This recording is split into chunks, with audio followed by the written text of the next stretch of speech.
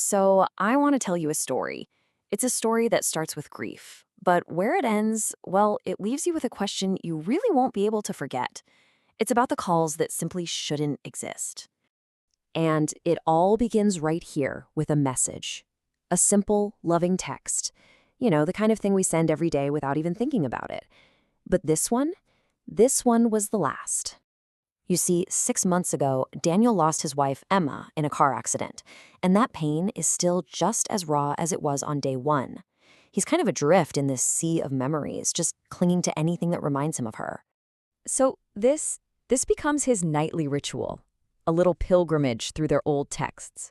Things like, "Did you eat?" or "I love you." I mean, these aren't just words on a screen anymore. They're the last pieces he has of the life they built together.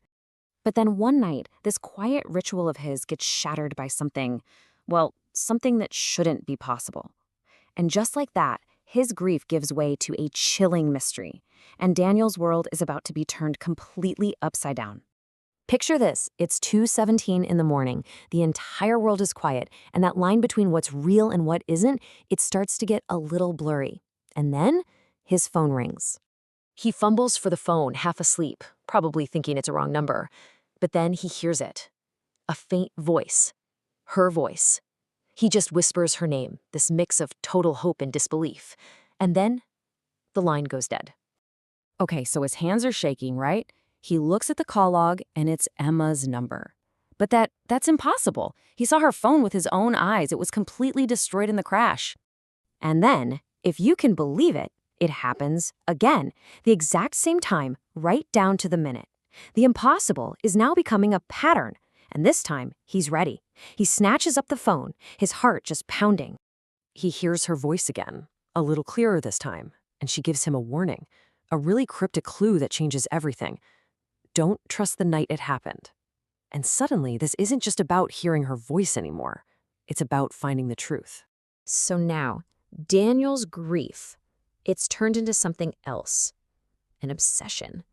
What could she possibly have meant? He starts digging, questioning the official story of what happened to his wife. You see, the police report was simple, clean, a tragic accident.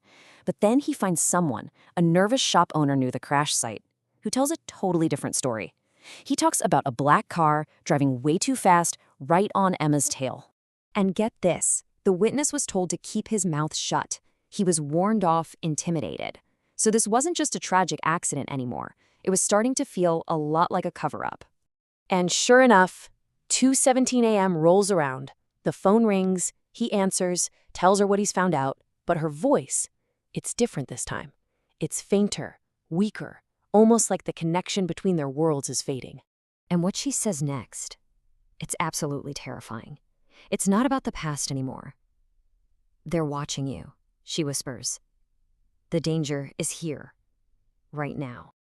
All right, this is where it all comes to a head. The last call, the final warning, and this desperate search for an answer before that line goes silent for good. And just like that, her warning becomes his reality. He starts seeing it, that same black car from the witness's story. It's parked across his street. It's behind him in traffic. The paranoia is setting in because the threat feels very, very real. When the call comes through again, her voice is just barely there, a whisper. But what she says confirms his absolute worst fear. It wasn't random. She was forced off the road. It was deliberate. And with what sounds like her last breath, she gives him one final, really confusing instruction before the line cuts out. And this time, it's forever. Check your phone. What on earth could be on his phone? So he's just sitting there, totally confused, desperate. He opens his photo gallery, and there it is, a new video file, one he definitely didn't record. Dated the night of the accident at the exact time it happened. His hands are literally trembling as he hits play. What he sees is the road from Emma's point of view, rain just lashing the windshield. Then, these bright headlights appear right behind her, getting closer and closer. The impact, the car spins, and just before it all goes black, the phone's camera catches a glimpse of the other driver's face in the rearview mirror. In all that chaos, for just one split second, a face is lit up. The face of the person who ran his wife off the road. So Who was it?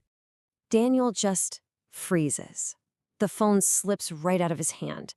The man in the black car, the man who chased her, the man who killed her, was him. And that is the final, chilling revelation. The calls were never a warning about other people. They were a message from beyond, forcing a man to uncover a truth about himself that he had buried so deep he didn't even know it existed anymore. It really makes you wonder, doesn't it? What truths do we all bury?